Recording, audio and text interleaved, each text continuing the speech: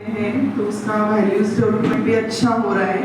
तो जिस 20 लेवल में जो आ रहा है और साइड के जो कॉलोनी बच्चे हैं उनका कंपैरिजन करते हुए मैं एज अ पेरेंट्स मुझे बहुत अच्छा लगता है कि मेरा बच्चा अच्छे स्कूल में है और अच्छा वैल्यूज गैदर कर रहा है।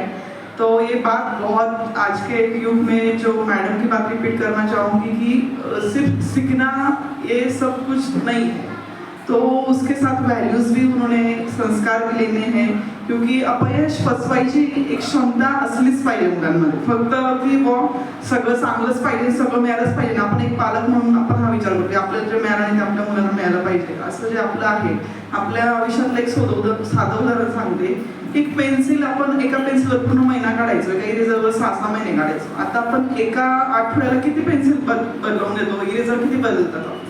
त्याच्यावरून बघा की आपण किती मुलांना देतोय, तर त्याच्यात त्यांना की नसताना त्यांना कसं वागायचं याची सवय लावायचा प्रयत्न शाळेवाले करतायत। सोबत आपला पण सहकार्याची त्यांना अपेक्षा आहे। आपण सगळ्यांनी मिळून आज मनात ठाणून घ्या की आपल्याला पण करायचं की 9वी 10वीत जाऊन आपले मुलं सुसाईडचा विचार किंवा कुठला गलत गोष्टींना येऊ नये, कुठलं व्यसनाधीन होऊ नये, म्हणून आपला एक चांगला माणूस घडवणं महत्त्वाचं आहे। त्यासाठी शाळा प्रयत्न करतेच आहे, आपण पण करूया। Thank you ma'am.